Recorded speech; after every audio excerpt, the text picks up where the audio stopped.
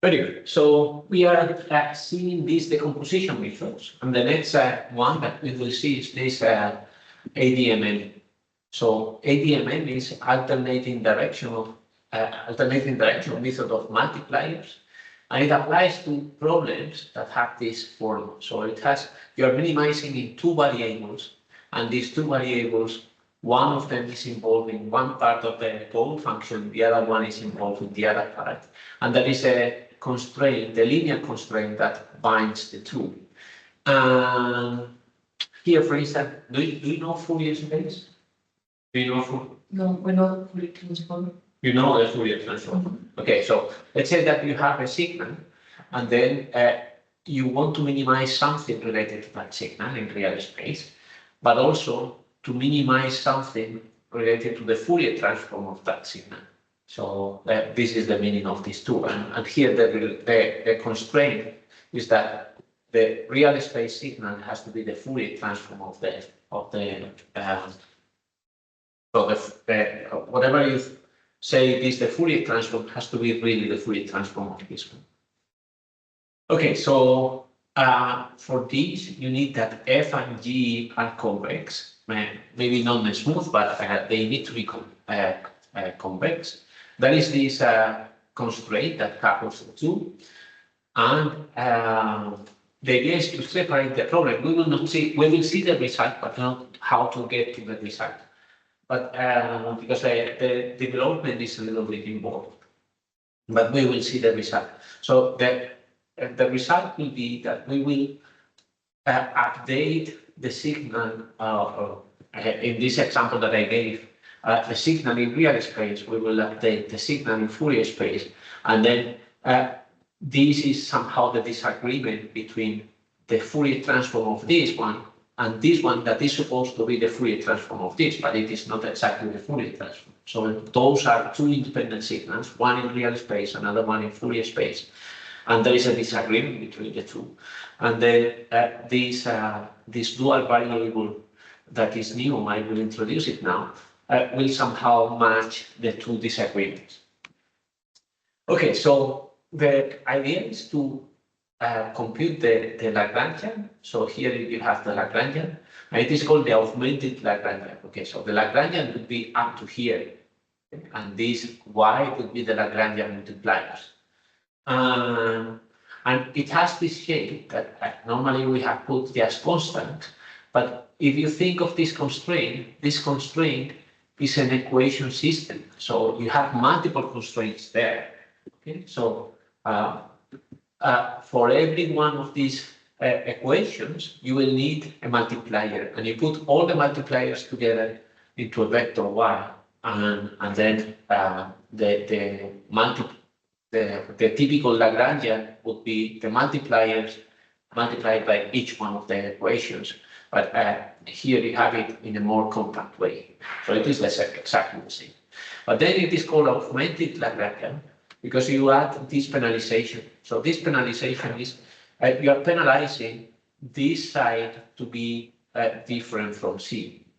And you penalize it in a square norm. And then there is the multiplier of the penalty. Okay, so now we will see the final result. So there are a few steps. If you are interested, you can look for them. But so there are a few steps going from here to here. But the final result, I think it is interesting. So the first one is, as always, an iterative algorithm. So this iterative algorithm, at the moment you have the xk, zk estimates, and then you will update xk plus 1 based on a minimization that involves f, that is the part of the goal function that is related to x, plus something that somehow it is expressing this constraint that x, for instance, in my example before, x should be the Fourier transform of z. So x and z, they have two independent variables. So one is in real space, the other one is in Fourier space. But one should be the Fourier transform of the other, but they are not exactly the Fourier transform of the other because they are independent. So the constraint forces to be the Fourier transform of each other. So you see that xk is minimizing f plus something that somehow is related to the violation of this assumption that one is the Fourier transform of the other. And then you will update set. So we don't enter in how to solve for this. So for this, you have these proximal minimizations that we have seen, or gradient descent, or whatever. So, but you solve a problem that is purely on x. And then you solve another problem that is purely on z. And this is related to the part of the goal function that is related to z, plus something that again somehow accounts for the disagreement between the two being the Fourier transform of each other. Fourier transform, in my example, in general, it is this constraint.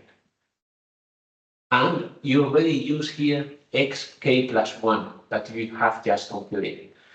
And once you have updated these two, then you update the Lagrangian multipliers by the disagreement, by the amount of disagreement between two. So this is in signal processing, it is very much used, ADML. Any question? No? Very good.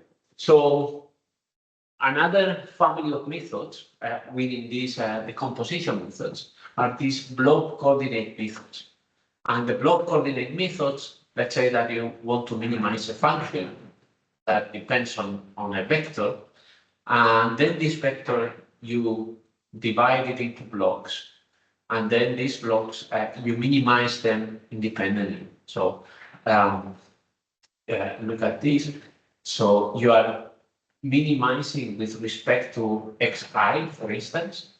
So all the previous blocks, let's say that you have already minimized them. So they are x1 k plus 1, xi minus 1 k plus 1. Xi is the one that we are minimizing. And then the remaining blocks, they stay as in our previous iteration. And then once you iterate for all the blocks, you have updated the full variable, and then you start again.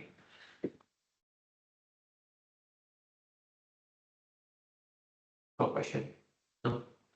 Okay, so this is decomposing the problem into simpler problems that each one of them doesn't seem so difficult, and you are taking advantage of the previous optimization of the previous blocks that have been optimized.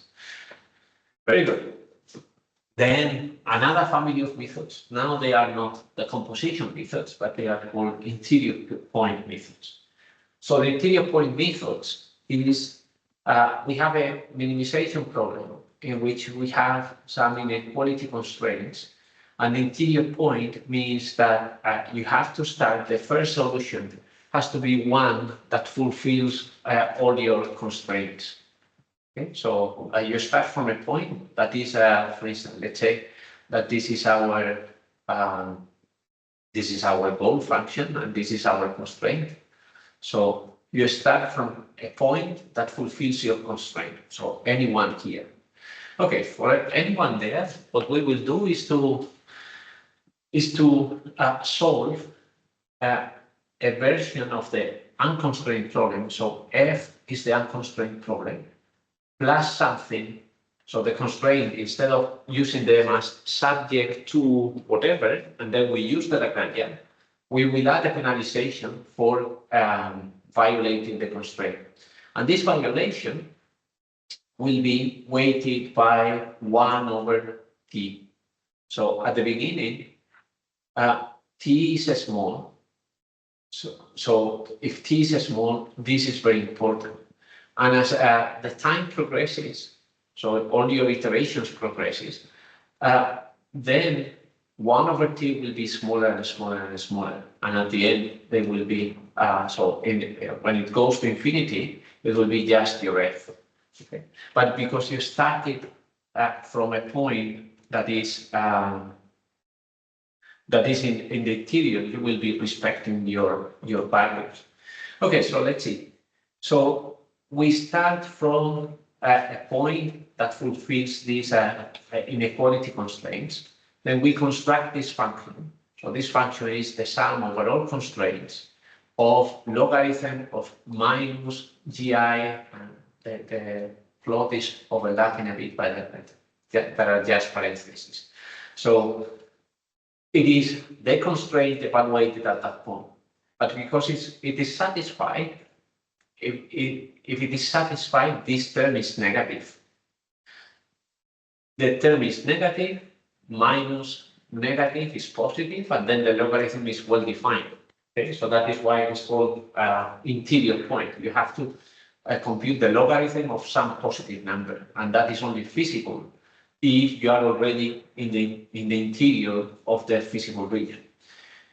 Okay, and then so this let's say that you're getting very close to the constraint. So if you get very close to the constraint, this gi in the limit, the constraint is equal. Okay, so the point belongs to the boundary of the constraint, then this will be 0.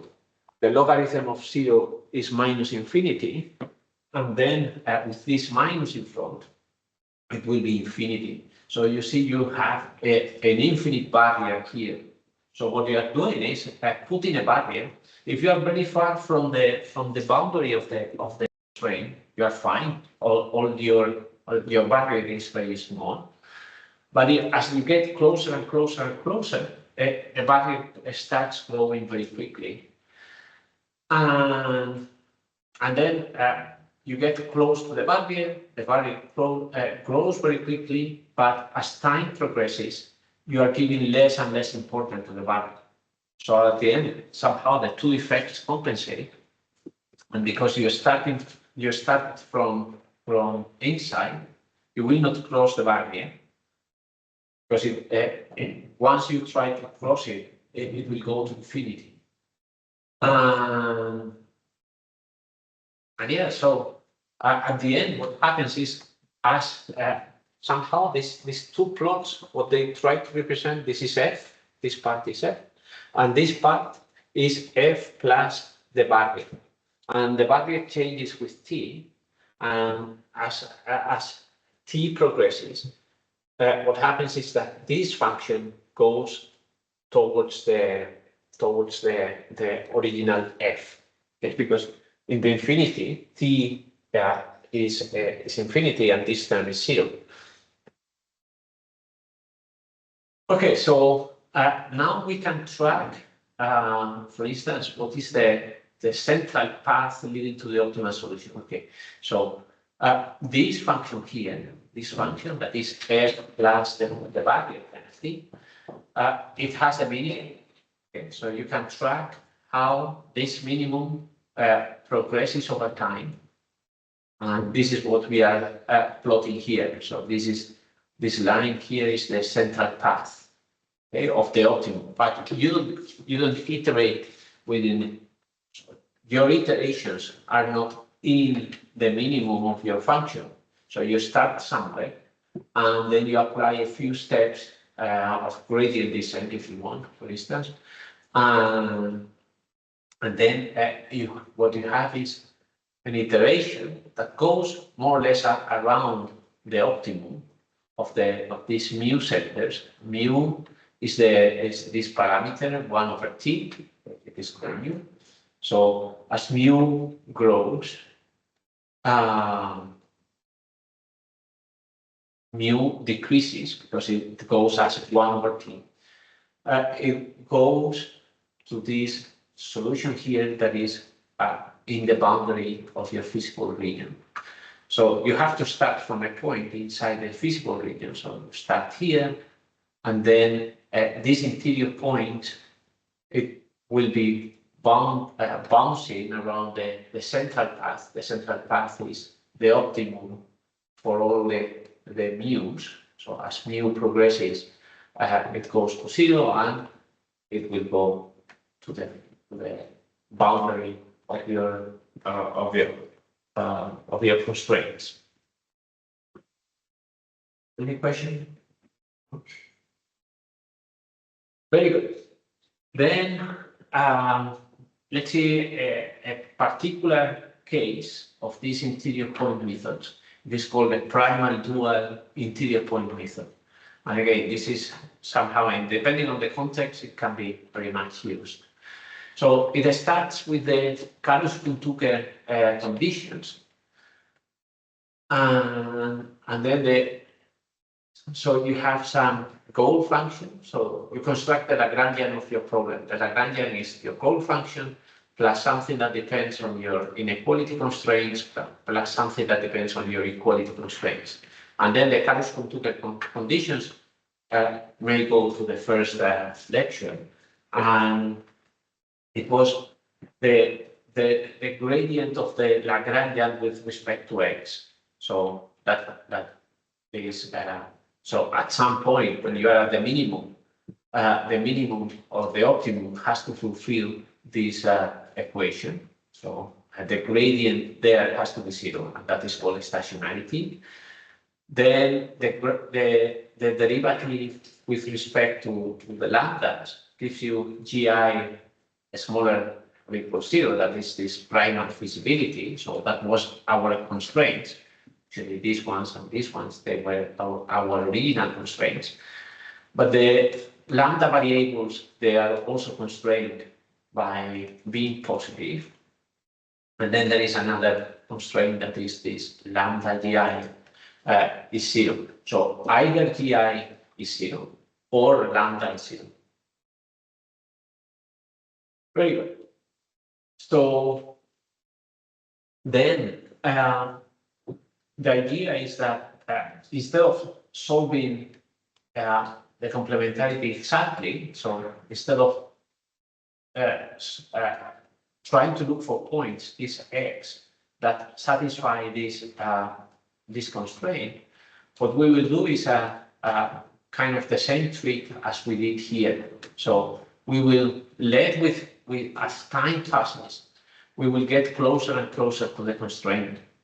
So we will look for points that satisfy that it is equal to 1 over t. As t goes to infinity, t is the number of iterations, then the constraint, so the Karush-Kuhn-Tucker condition will be satisfied. And this approach satisfies, ensures that you start from a point that is from the feasible region, and then it stays within the feasible region, and lambda is equal to 0. And for each iteration, you have to solve a nonlinear system of equations, and that can be done in Newton, for instance, Newton step or gradient descent or whatever, and you do a gradient descent or a Newton step on the primary variables and then on the dual variables.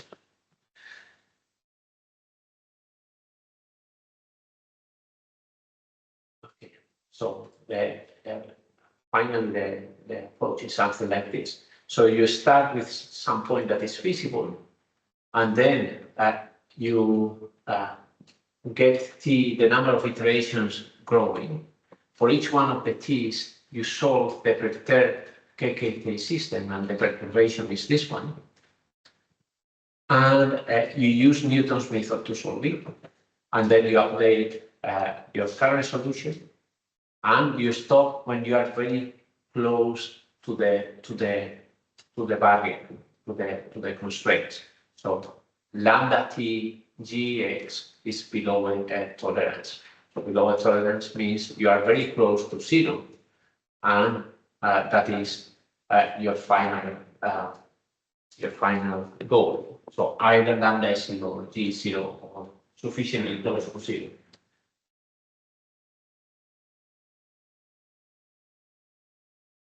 Any question up to here? No? Okay, so all the methods that we have been seeing so far in this lecture, they are local optimizers. So you start with a point and you iterate towards the minimum that is closer to you. Now we will see global optimizers.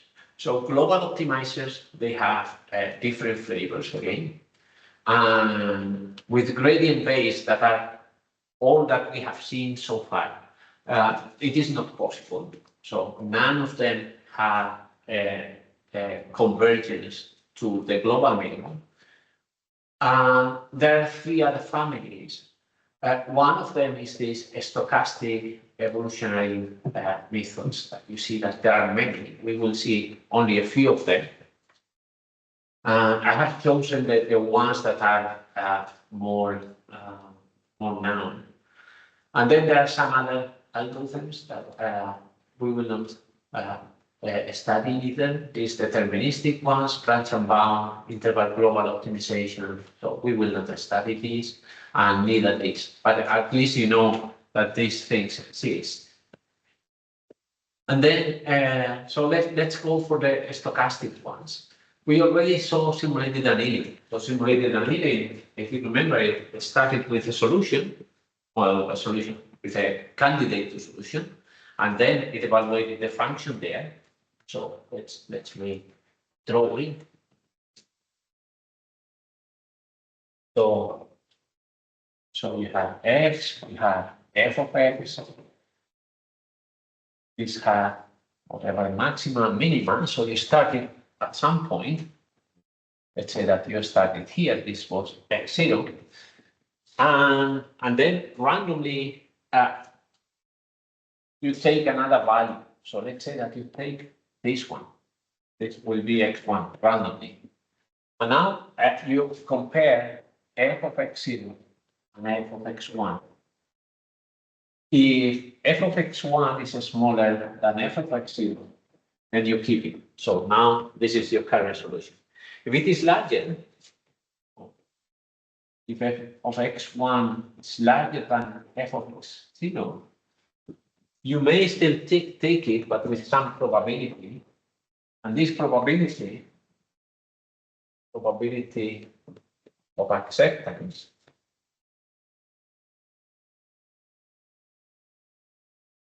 it was proportional to the difference, let's put it, the difference between the two.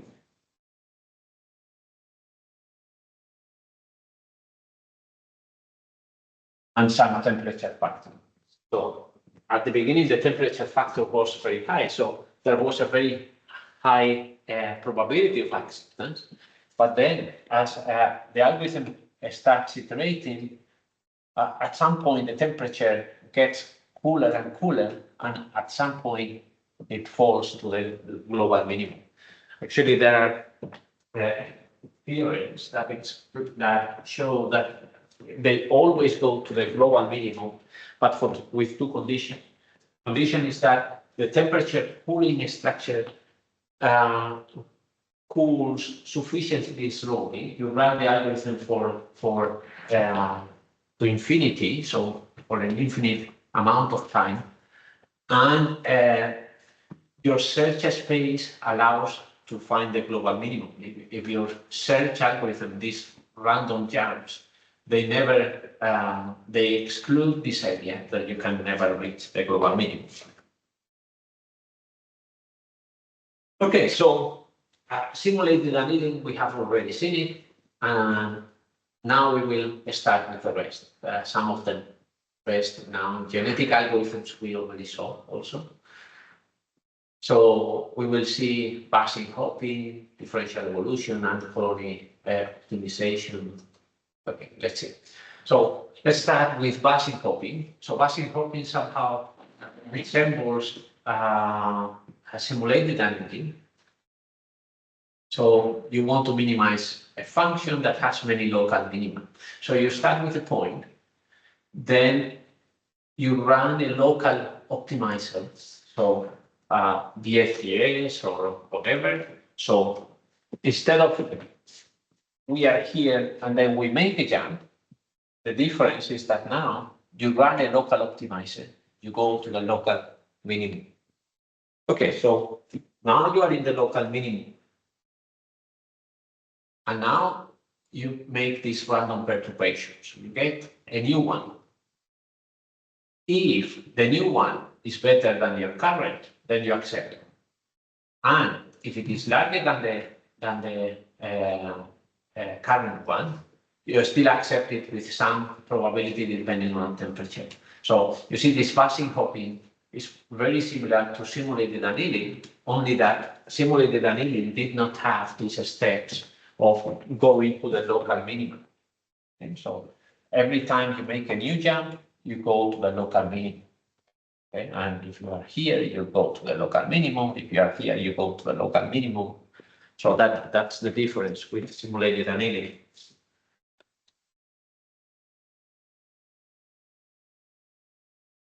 So yeah, here we are comparing the two, simulated annealing and passing hopping. So in simulated annealing, you have this random perturbation, and passing hopping, you also have it, plus a local minimization. And then the acceptance is whether the optimized trial, so here, the optimized trial is better than the optimized current solution. And the local search in passing hopping is compulsory, and so annealing you might do it a bit, but it is not part of the basic algorithm.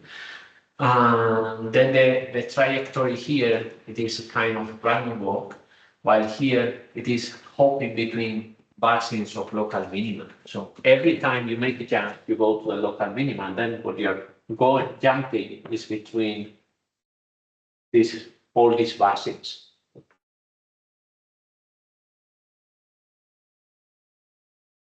And the temperature schedule. So here, you in simulated annealing, it decreases over time. In passing hopping, yeah, it is not a basic part of the algorithm, but you can have many different strategies. So it can be fixed, can be heuristic, can be decreasing, should be decreasing. No? Then the exploration style, it is this gradual pooling and random search. And here, between jumps, there is a deterministic descent, so this local minimization. And this one is guaranteed to converge to the global minimum. And this one is not guaranteed to converge. Any question? No? Okay, so let's see another one, differential evolution. Differential evolution is somehow one of those genetic algorithms. Just a reminder of how genetic algorithms work. So let's say that you have a population of vectors. For each one of these vectors, let's go with x0, x1, so n child vectors, and then for each one of them, you have is the function.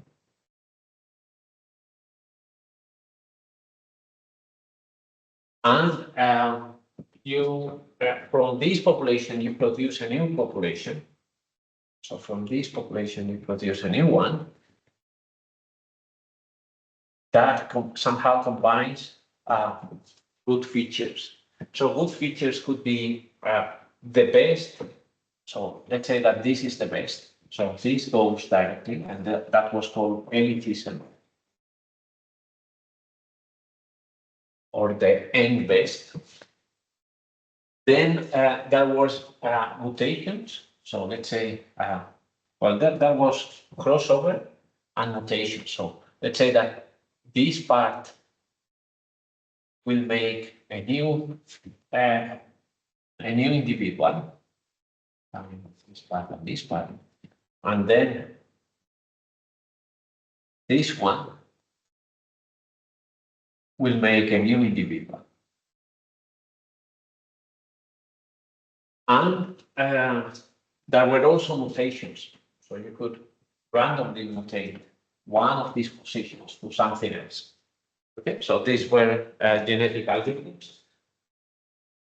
And which elements are the currents? They were selected by in accordance to their fitness. So how good their functions, the function evaluated at those points were.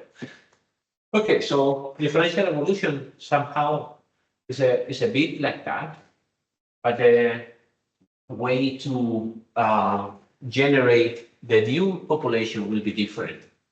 Okay, so you start with a set of individuals, n individuals. You will have two parameters, f, that is called the differential weight, and this crossover probability. So now, instead of having two parents, you have three parents.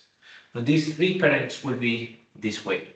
So it will be xa plus something that depends on the distance between xb and xc. And this distance, this factor is somewhere between 0 and 2.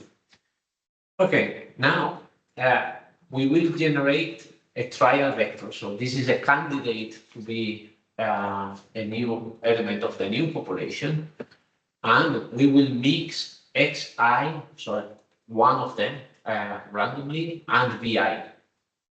Okay, so with probability CR, we will take a component from this vector, and with probability 1 minus CR, we will take an element from xi. So somehow here you see that the offspring of this population, it is somehow, it has three parents, and part of the randomly, each component is taken from the three parents or from one of the individuals. And so now you have a new candidate. You evaluate the function at that new candidate. If the function is better, you keep it. Okay. And otherwise you keep xi and you iterate again. So again, differential evolution is one of the most successful algorithms. It is very good. And it has global convergence theorems. Another one that is very interesting is this particle swarm. Particle swarm is somehow it is trying to mimic the behavior of birds looking for food. Okay, so let's say that you have a field. So you have a field. Let's look from the top. Okay, so let's look from the top in that field. And there is a lot of food here. So there is a lot of food there, and you have birds that are looking for food. And these birds are somehow randomly distributed in the field. So you have an initial population of birds. And each one, these lines here, they try to represent the amount of food that is there. Okay, so these birds will move. And birds are flying, and they fly at a given speed. So each one of the birds have a position and a velocity. And then each one of the birds will move according to several parts. So they will update their velocity with different criteria. The first one is something that is proportional to my current velocity. So somehow you recognize here these momentum ideas that we already introduced. So you have a momentum, and then you will have two other components. So the first one is what is your current position and which was your best position along the trajectory. So this bird has been flying around, and for each one of the positions, it has seen a particular amount of food. So you have your personal best position, and then what this term is trying to drive you to your personal best, okay? And it drives you to your personal best with some acceleration coefficient, C1, that is somehow a value around 2, and some random number. So this movement is random. Okay, your personal best. But then you are in a flock. So there are many other birds. And you see what is the best position of the best bird. Okay, so this is G. G is the best position, so with more food for all the birds. And now this term tries to drive you in the direction of the best. Okay, so you have different components. So you have the inertia, you have your previous best, you have the global best, and then you combine all that and you have your new position. Okay, so your next position will be your current one plus the velocity. And then you simply update the personal best and the global best. Okay. Question? No? Later we will try to look for some particle swarm optimizations or these differential evolution. They are very nice videos, seeing how all the population goes to a point. Okay, different algorithm is this ant colony optimization. And it's normally presented in this way. It's not the only problem that it can solve, but this one is very easily seen.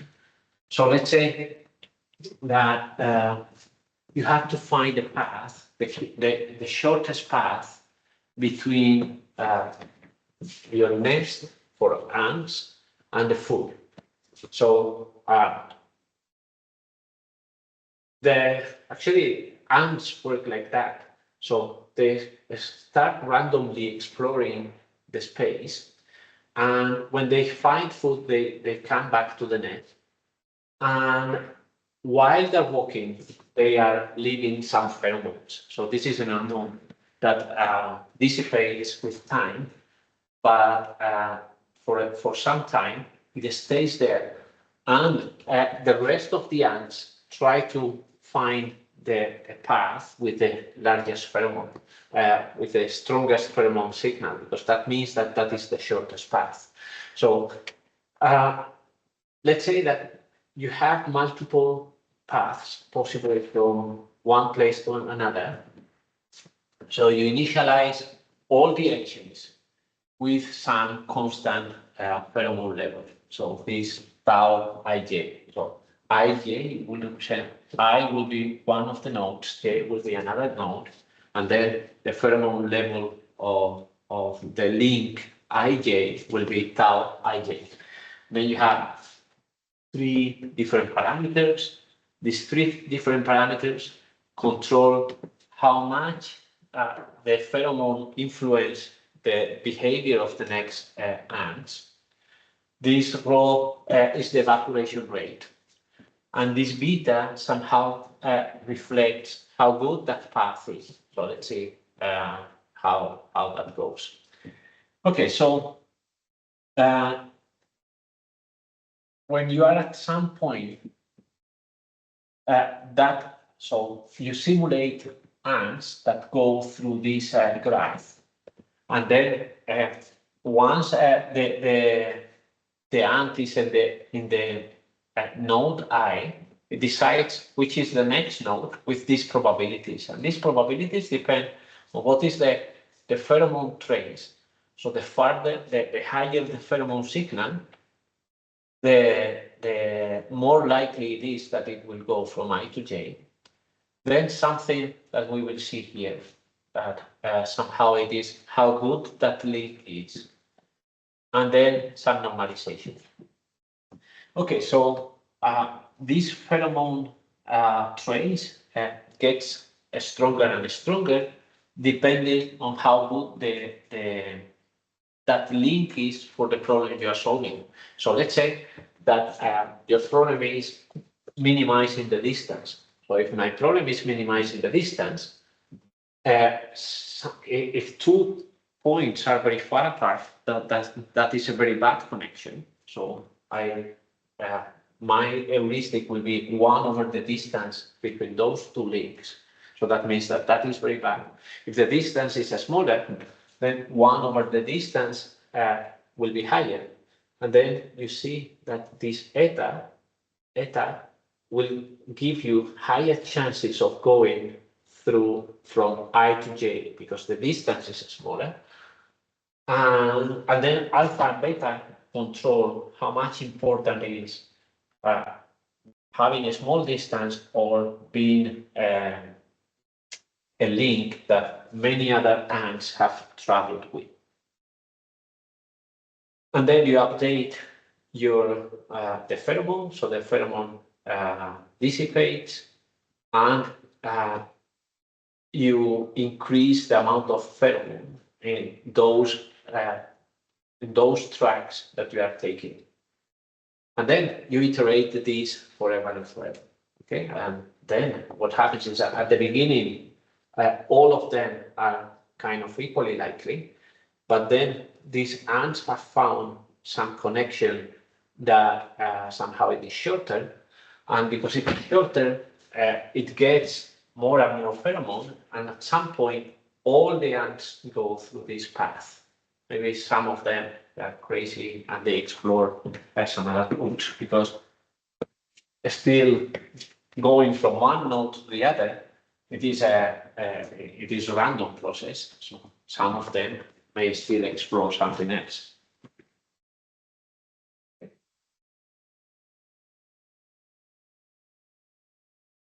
And there's a problem. So for finding paths in graphs, it is a very natural algorithm. And there are many other problems that can be formulated as something that is also traveling in the path in a graph.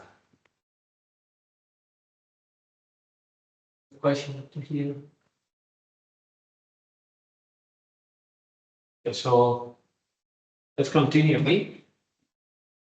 Now we will go to something that is somehow related to, it's involving the convergence of all these algorithms that are based on gradient descent, and they call the numerical conditioning. So the numerical conditioning has to do with how a problem changes, or the solution of a problem changes when there are small changes in the input. So, for instance, let's say that we want to minimize, I don't know, let's put a simple problem. So we want to minimize 1 minus x, some vectors squared, and we want to minimize that with respect to x. So what if my measurements, and you find some x, so you find the best x. What if my measurements are noisy? Because I know that my measurements are noisy. So if they're noisy, how much this noise translates into this? So if I add a little bit of noise to y, I know that the best solution will be the previous one plus some perturbation because of the noise. So how large is this perturbation? And that has to do with the conditioning of your project. Okay, so, and also it involves how fast, or it implies how fast will your algorithm go to the local minimum. So if it is well conditioned, the problem is stable. So if you change a little bit the measurements, the solution will be more or less the same. If it is poorly conditioned or conditioned, then it will change a lot. So what is conditioning? So conditioning for different problems, it is defined different ways. So let's start with the simplest one, that is linear problems. So for linear problems like this one, the one I showed in the whiteboard, the condition number of the matrix, so it is interesting. It is a property of the matrix. It is not a property. It is not a property of Y. It is property of the matrix. And the reason is that you may remember that the solution was this one. was A transpose A minus 1, A transpose Y. So it is a property of this matrix, not a property of Y. Okay, because if I change Y plus epsilon, then what I have is this part, and this part is the best solution I had before, plus this thing times, so A transpose A minus 1, A transpose epsilon. But this is okay. So this is my delta. This is this thing. This is this thing. This thing is this one. So it is a property of A. It's not a property of Y. So the conditioning has to do with the singular values of the matrix. The singular values of the matrix, right? It is the ratio between the maximum singular value and the minimum singular value. Singular values, you know what it is, no? No? Okay, so the singular values, check this because I'm checking by heart. But singular values are the eigenvalues. So a singular value is the eigenvalue of A transpose A. But check that. I think that's correct. But and it has to do with some the composition. You know, the square matrix can be decomposed in this way. This is the eigenvalue decomposition. Eigenvalue decomposition. This you know, right? From algebra. The singular value. So this is only valid for square matrices. But for non-square matrices, you have S, V, D, USV, singular value decomposition pattern. And it is something like USV transpose. And this is for the singular value decomposition. And somehow the interpretation is somehow similar to the eigenvalue decomposition. So this matrix is diagonal as the eigenvalue, and U is a basis of the column space of A, and V of the row space of B of A, and the other two. I never remember which one is which, but one is the basis of the row space, and the other one of the column space. Very good. So it has to do with the ratio. So you can think of them as eigenvalues. So if the two eigenvalues, so the maximum and minimum, are more or less similar, then it is well conditioned. If they are very dissimilar, then it is ill conditioned. And ill conditioned means that a small errors in B in your measurements will lead to large errors or to large perturbations in it. For gradient-based methods, if you have a quadratic function like this one, the condition number comes from the matrix from the quadratic term. So, and again, it is a same definition as we had before. So a large condition number, it means a slow convergence, and you will make paths, trajectories that are very jumpy. And if, not if, the gradient descent will converge at this rate. So something that is somehow related to the condition number -1 to the power, or this ratio, to the power of the number of iterations. So that means that at the beginning, so depending on what is your condition rate, your condition number, you may go faster or slower. And for nonlinear functions in general, So the conditioning somehow you can approximate by this quadratic function. So any function, I think I have it over here, yeah. So any function, this one here, this one, can be approximated by a quadratic. So the quadratic function that approximates any function, somehow the matrix that is in the square matrix, the square term is the Hessian. So it has to do with the singular values of the Hessian. So for instance, here you have the Hessian that is well behaved. So it has the two eigenvalues in both directions. They are more or less the same. But this one, you see that one of the eigenvalues is very small, the other one is large. So these eigenvalues means that in this region, it is very flat. In this region, in this direction, you don't know these gradient-based methods. They are kind of lost because they don't know how the function changes. In the perpendicular direction, in this one it knows very well. So if you are here, it will go very quickly to the maximum. Okay, but in this direction, it doesn't know well where to go. So somehow that is encoded by this conditioning number.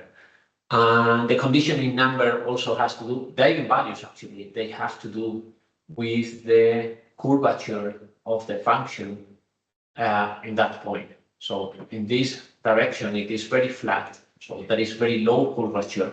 In this perpendicular direction, it is not so flat. So it is the opposite.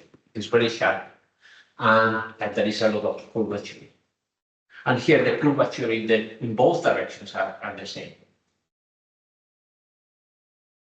And this is a typical function to show these ideas, this Rosenbrock function. So the Rosenbrock function is this one, and it has this shape, which there is a very narrow kind of valley.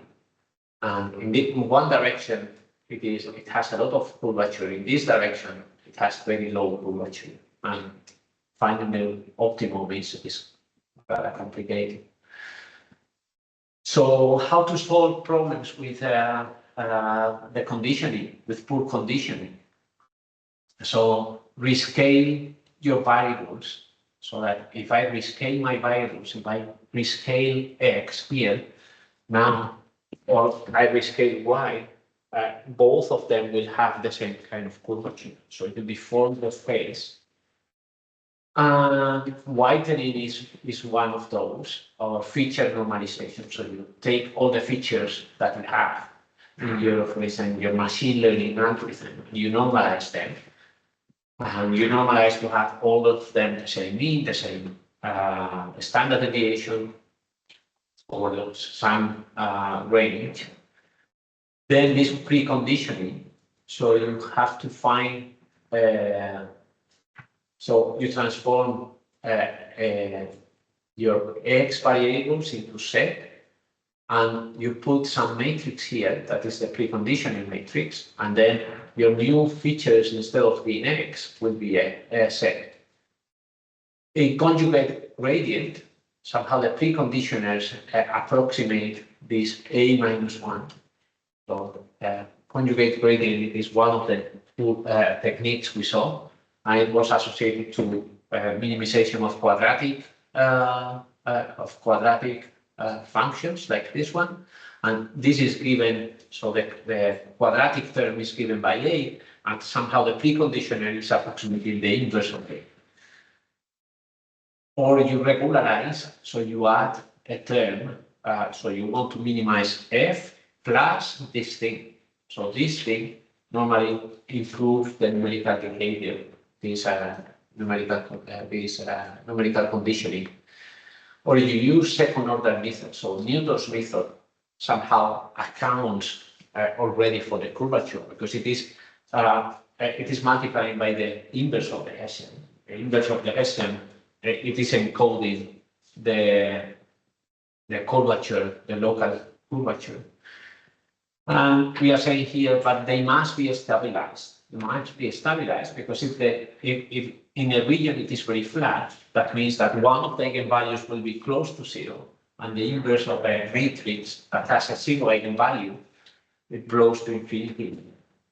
So they have to be stabilized, and one of those stabilization methods is trash region that we will see in the next lecture tomorrow. Then types of rescaling. So have the same mean, all of them zero, the same variance. This operation is called standardization. I'm sure this you know.